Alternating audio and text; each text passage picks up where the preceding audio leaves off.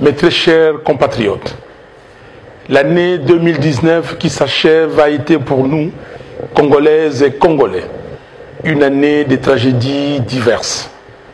Des massacres systématiques à Beni et dans d'autres parties de l'Est de la République. Des cas de décès dus à la maladie à virus Ebola, aux éboulements des terres, aux inondations, aux crashs d'avions, aux chavirements des navires, aux accidents des trains et des véhicules, sans compter certains de nos compatriotes qui ont rendu l'âme du fait de la pauvreté. Je voudrais prier avec vous pour que les âmes de nos très chers disparus reposent en paix.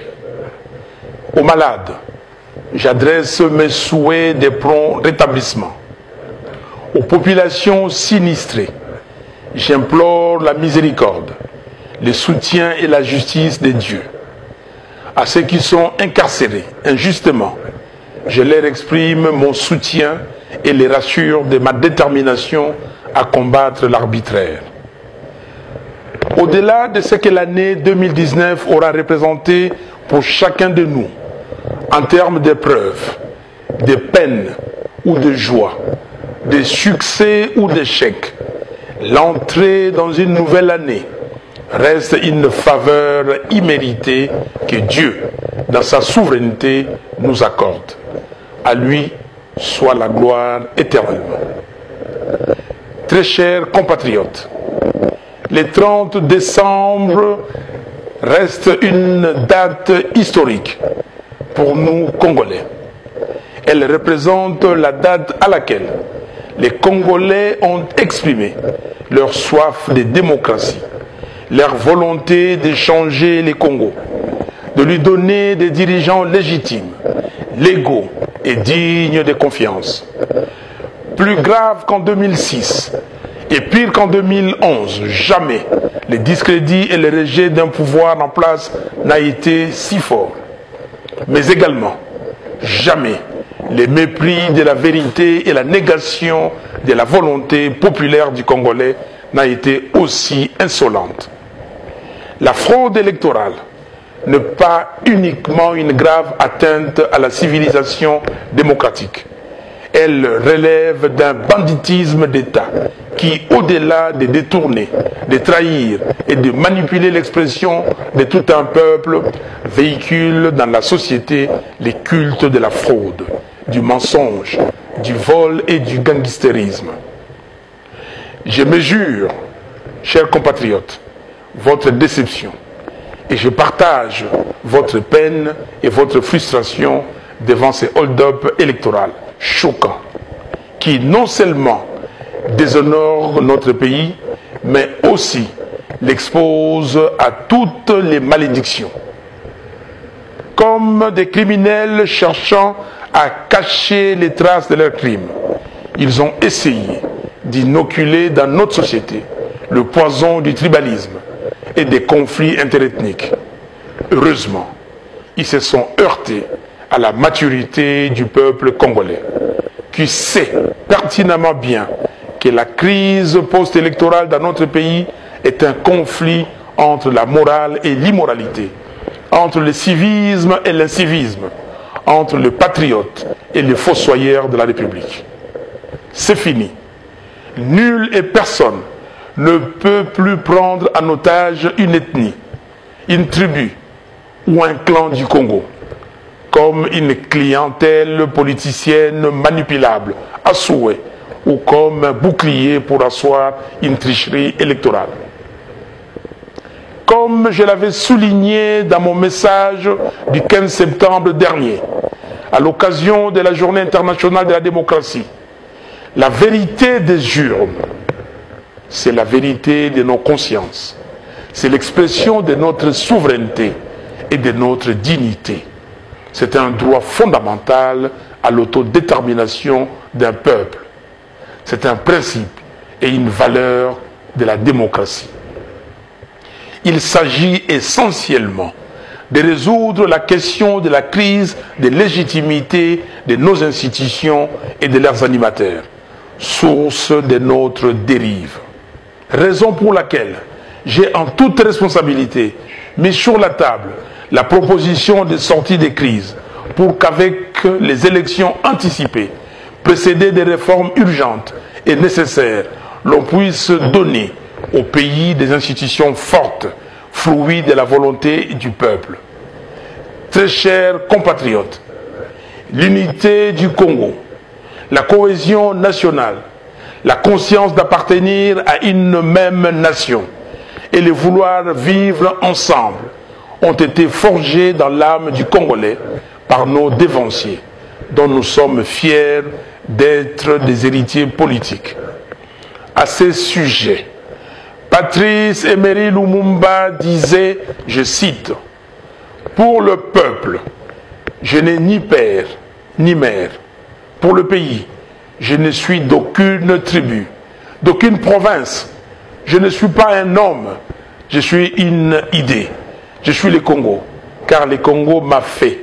Et à mon tour, je façonne le Congo. » Celui qui vient vous dire, allons détruire chez l'autre, parce qu'il n'est pas de notre tribu, de notre province, celui-là est l'ennemi de notre indépendance, de notre souveraineté. Fin de citation. Très chers compatriotes, je viens de séjourner à Béni, où j'ai passé la fête de la Nativité avec les compatriotes qui y habitent afin de leur témoigner de ma compassion, de mon affection et de ma solidarité. Ce peuple de Béni m'a élu à plus de 90% grâce au vote organisé de main de maître par les jeunes et ce, malgré les manigances du pouvoir qui a trouvé le prétexte hideux pour les exclure du choix de leur président.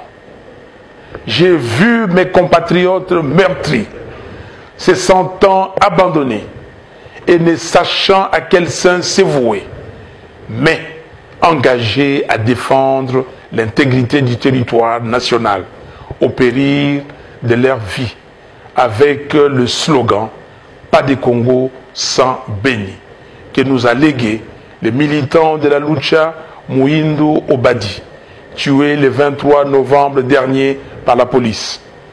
Paix à son âme.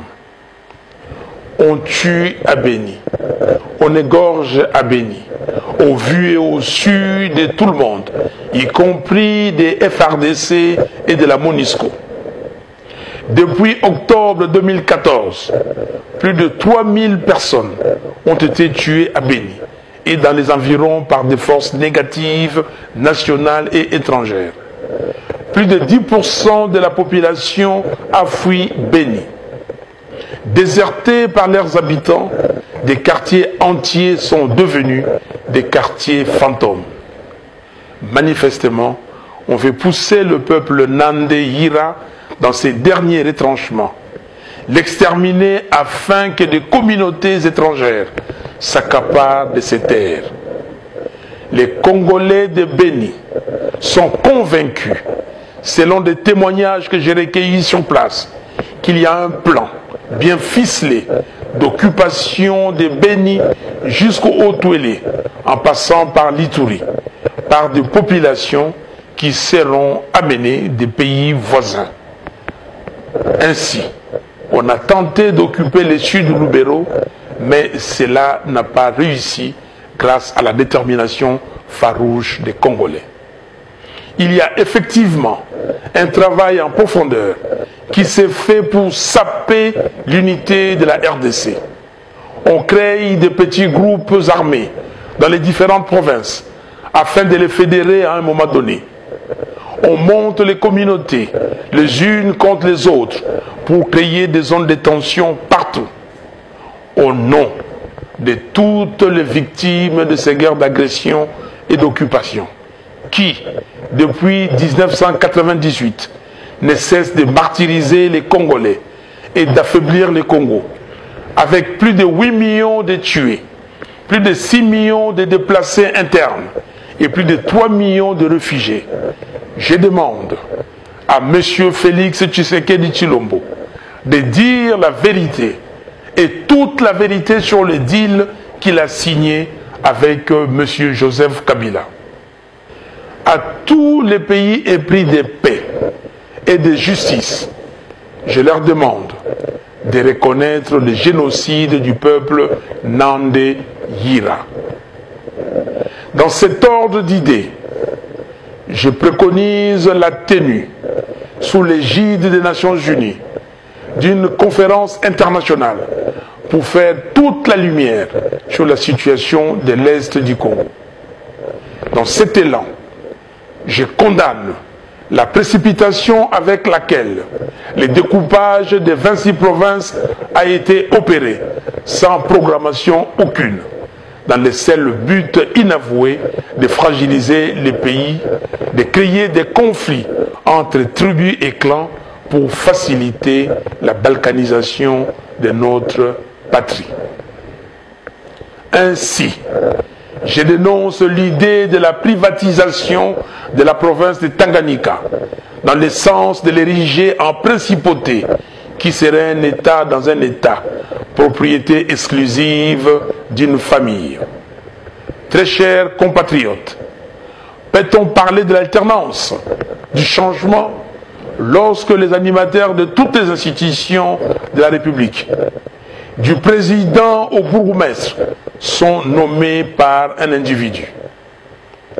Peut-on parler de l'alternance, du changement, lorsque l'on est contraint de sillonner le monde entier aux frais du trésor public pour exécuter la procuration donnée par M. Kabila, au point de défendre les auteurs de violations des droits humains sanctionnés par l'Union européenne et les États-Unis d'Amérique?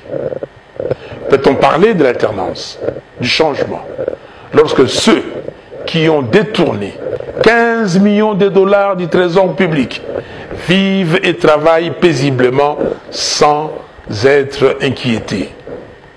Peut-on parler de l'alternance, du changement, lorsque les populations du Nord Kivu, du Sud Kivu, de Haut-Ouélé, de l'Ituri, du Nord Katanga et d'ailleurs sont chaque jour systématiquement massacrés comme par le passé?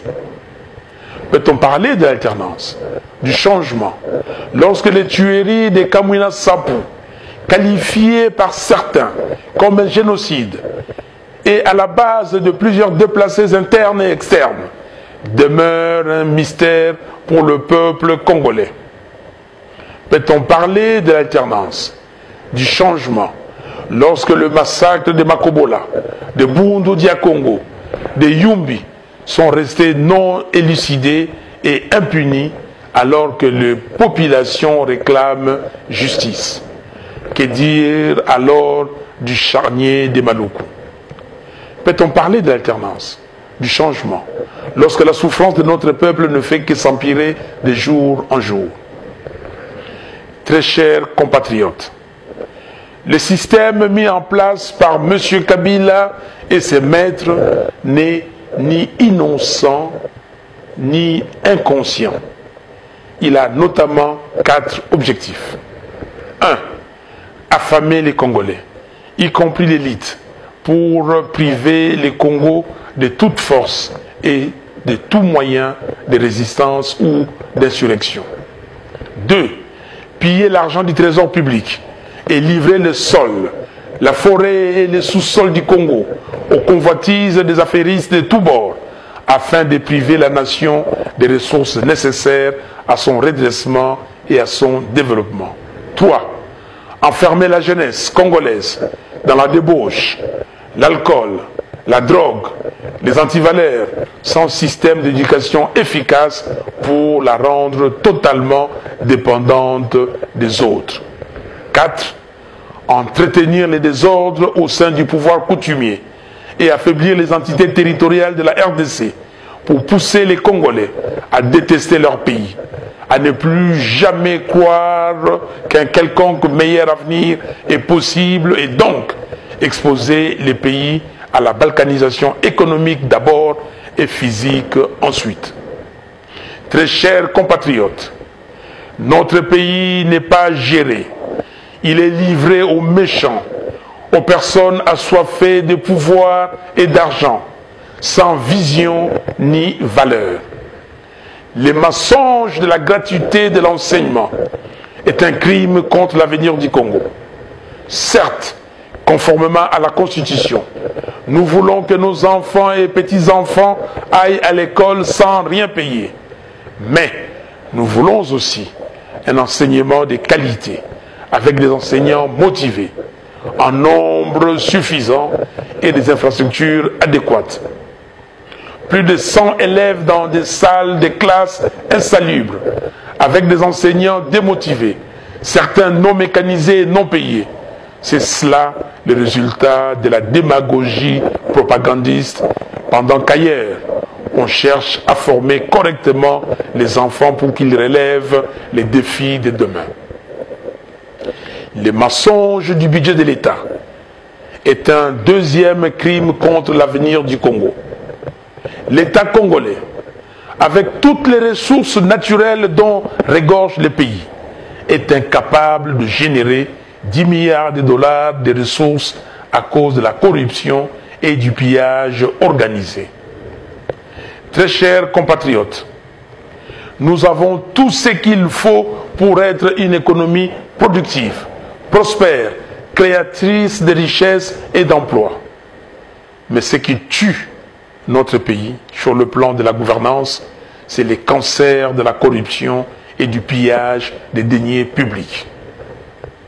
Ainsi, au nom du peuple, j'exige que toute la lumière soit faite sur toutes les affaires ténébreuses de corruption, notamment le projet Bukanga-Lonzo, qui semble être la plus grande escroquerie d'État depuis la zaïanisation. L'affaire de 15 millions de dollars de décompte sur la créance des sociétés pétrolières, sur le trésor public, que d'aucuns ont qualifié de rétro-commission. La sombre affaire de 200 millions de dollars, issue d'un prêt contracté auprès d'un individu sous sanction américaine. La gestion de 6 milliards de dollars du fameux contrat chinois.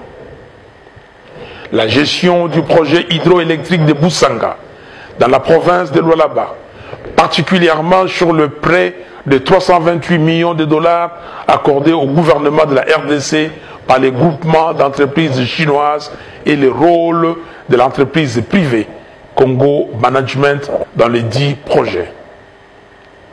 La gestion de l'Agence pour le développement et la promotion du Grand Inga, qui gère le projet Inga 3 en toute opacité et sans mécanisme de redevabilité, avec un risque d'endettement excessif du pays. Les procédures de passation et financement des marchés relatifs aux travaux de 100 jours. La mine en construction de Kamoa Kakula à Kolwezi, qui regorge un potentiel de 50 millions de tonnes de cuivre, représentant une valeur de 310 milliards de dollars au prix actuel du cuivre. Ces gisements viennent ainsi consolider le potentiel à vue de la filière cuivre de notre pays, qui passe à 120 millions de tonnes de cuivre, ce qui représente à l'heure actuelle une valeur de 750 milliards de dollars. À ces chiffres, il faut ajouter 6 millions de tonnes de cobalt qui accompagnent le cuivre dans certains gisements du Grand Katanga. Au prix actuel de 32 500 dollars la tonne, cela représente une valeur de 200 milliards de dollars. La mine souterraine de Kipushi, qui accuse les ténèbres en zinc, le plus riche du monde, 35% en moyenne, et qui contient 4 millions de tonnes de zinc pour une valeur de 9 milliards.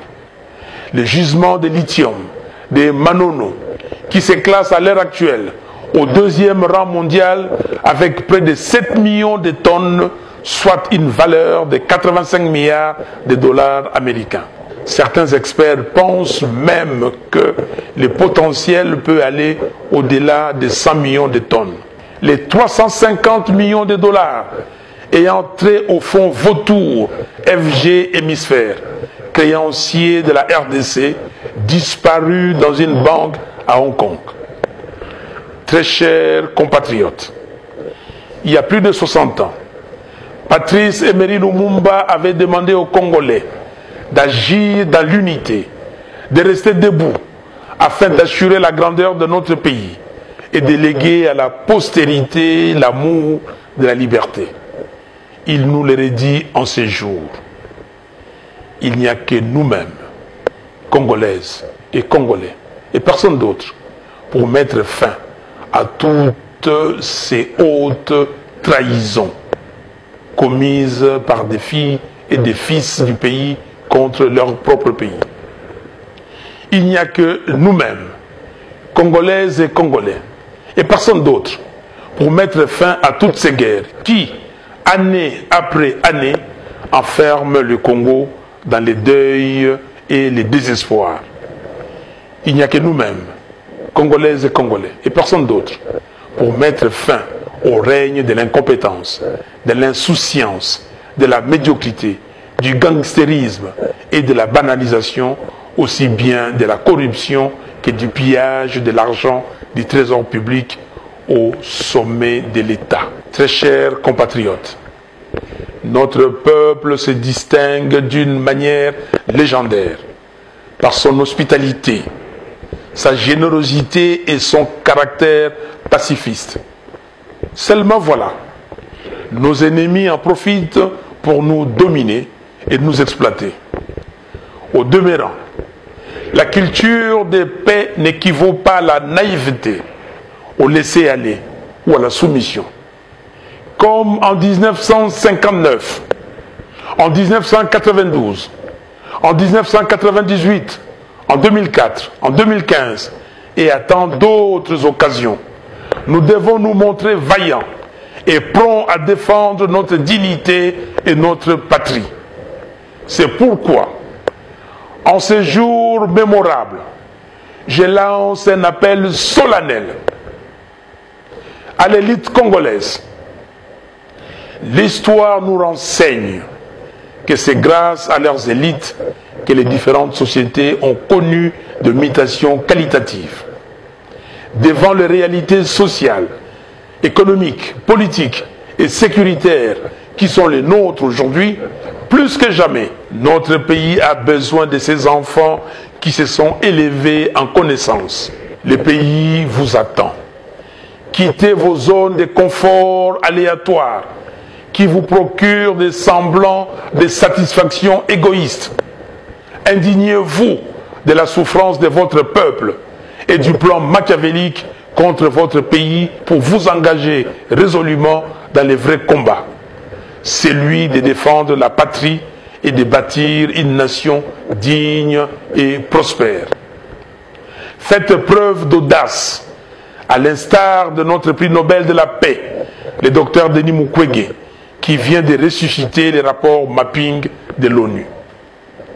Aux serviteurs de Dieu, je vous exhorte vous aussi à sortir de vos zones de confort et à prendre véritablement soin des enfants de Dieu, sans ambiguïté, car un berger qui n'accompagne pas ses brebis n'est pas digne de sa vocation.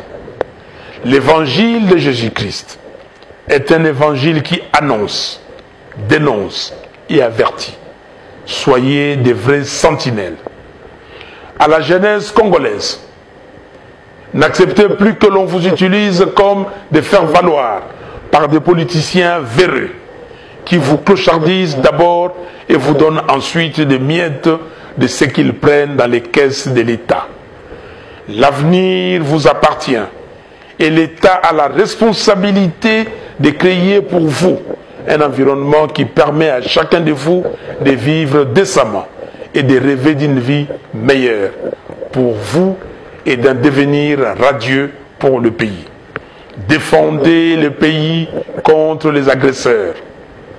Aux Congolaises et Congolais de la diaspora, je vous prie d'unir vos forces, vos intelligences et vos moyens pour venir en aide aux pays en danger.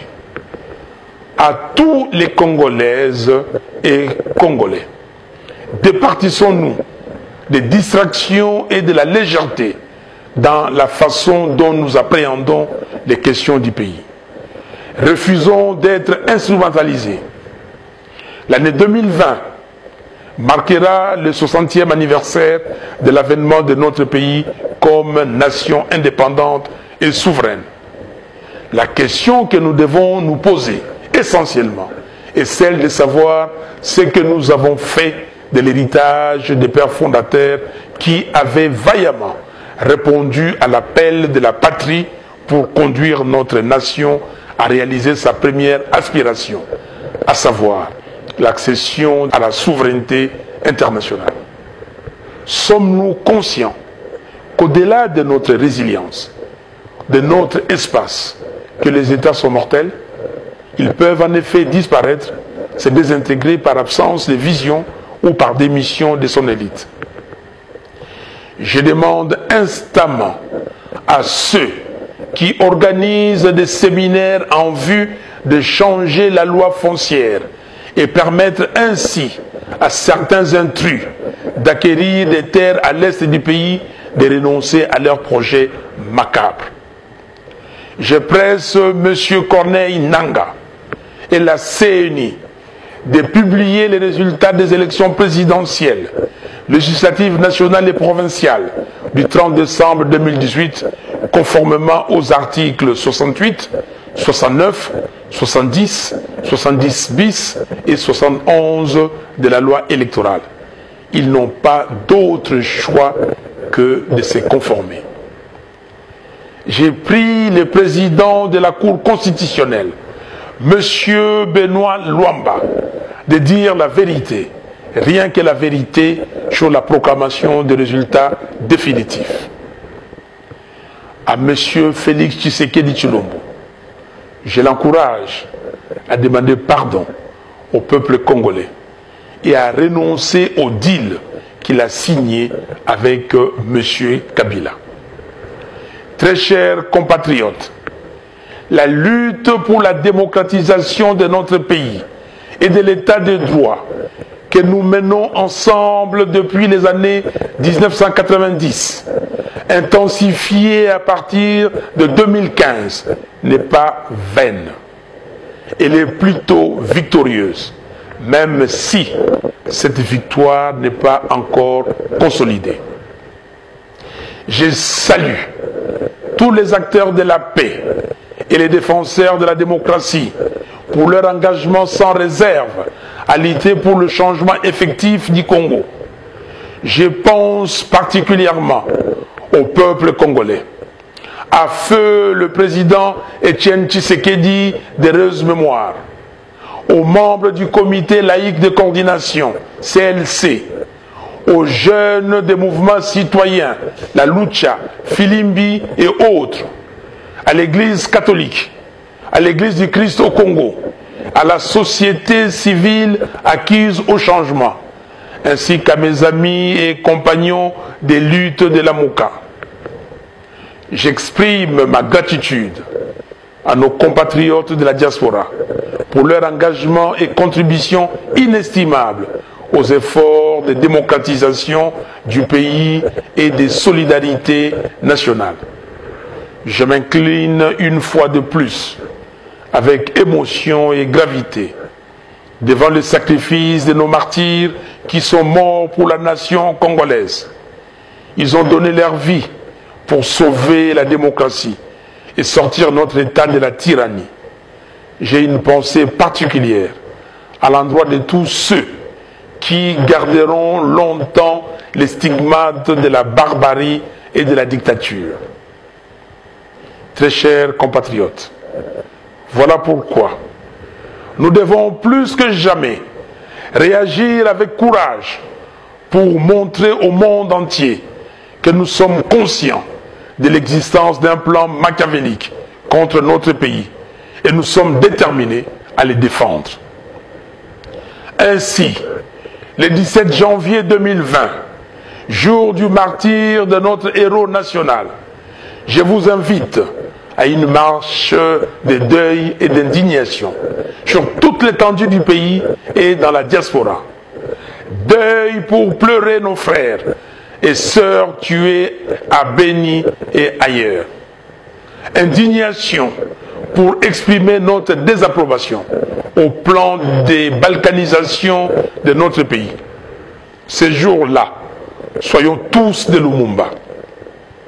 Bandeau blanc autour de la tête, nous marcherons pour dire au monde entier que nous sommes désormais réveillés, debout, déterminés et en marche pour sauver notre patrie en danger.